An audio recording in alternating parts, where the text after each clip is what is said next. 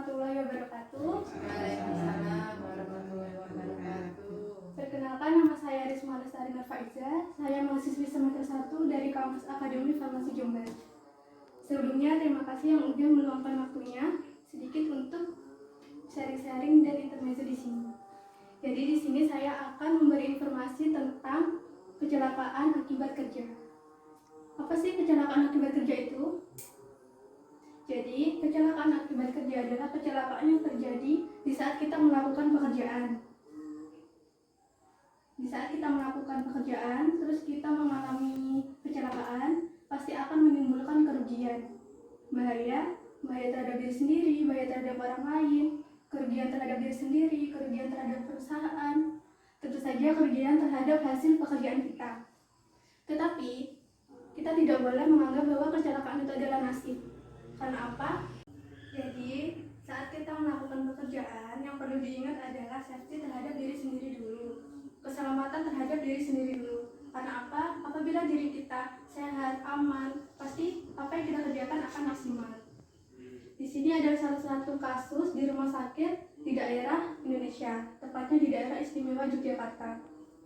Di rumah sakit memang suatu pekerjaan yang berpotensi tinggi terhadap terjadinya kecelakaan. Karena apa? Karena di dalamnya banyak orang, banyak bahan-bahan adalah tempat kerja yang berpotensi tinggi.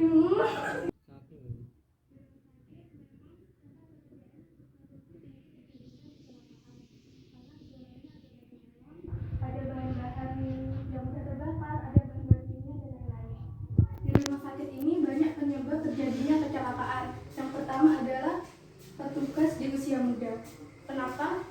Karena memang semua tempat pekerjaan pasti mencari yang lebih muda terlebih dahulu, karena memang fisiknya lebih kuat.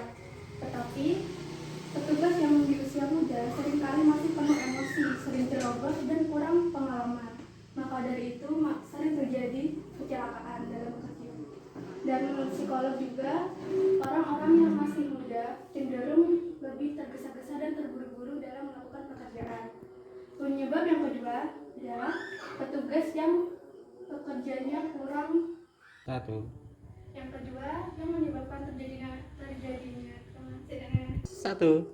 Yang kedua yang menyebabkan kecelakaan di rumah sakit tersebut adalah petugas yang pengalaman kerjanya kurang dari 1 tahun. Karena mereka memang kurang pengalaman, jadi sering terjadi kecelakaan di saat bekerja. Yang ketiga, kecelakaan di rumah sakit tersebut sering terjadi pada perawat. Kenapa? Karena perawat memang petugas medis yang paling banyak di suatu rumah sakit. Pekerjaannya juga bermacam-macam, jadi apabila mereka tidak berhati-hati, mereka akan bisa mungkin mengalami kecelakaan. Yang keempat, kecelakaan sering terjadi pada petugas yang mengisi tugas di shift pagi, terutama pada instalasi farmasi dan IGD. Satu. Jadi dapat disimpulkan, cara mengatasi kecelakaan yang terjadi di rumah sakit tersebut adalah dengan cara memperkenalkan K3, kesehatan dan keselamatan kerja terhadap semua tim medis agar tidak terjadi kasus yang sama. Sampai di sini apakah ada yang mau bertanya? Mbak mau tanya, Ya. hal apa saja yang bisa dilakukan agar untuk mengurangi kecelakaan sebelum bekerja ya? Baik, terima kasih pertanyaannya. Cara melakukan saat memulai pekerjaan yang pertama adalah berdoa kepada Allah. Yang kedua, menaati peraturan yang ada di tempat kita kerja. Yang ketiga, memakai APD, alat perlengkapan diri, supaya untuk meminimalisasi apabila kita terjadi kecelakaan untuk mengurangi luka terhadap diri kita. Yang keempat, hati-hati, karena percuma apabila kita memakai APD yang lengkap sekalipun, kalau tidak hati-hati kita akan mengalami kecelakaan. Makasih Mbak. Apakah sudah jelas? Sudah. Apakah ada yang mau menyanggah atau bertanya lagi? Sudah cukup. Kalau begitu, sekian dari saya. Maaf apabila ada salah kata. Wassalamualaikum warahmatullahi wabarakatuh.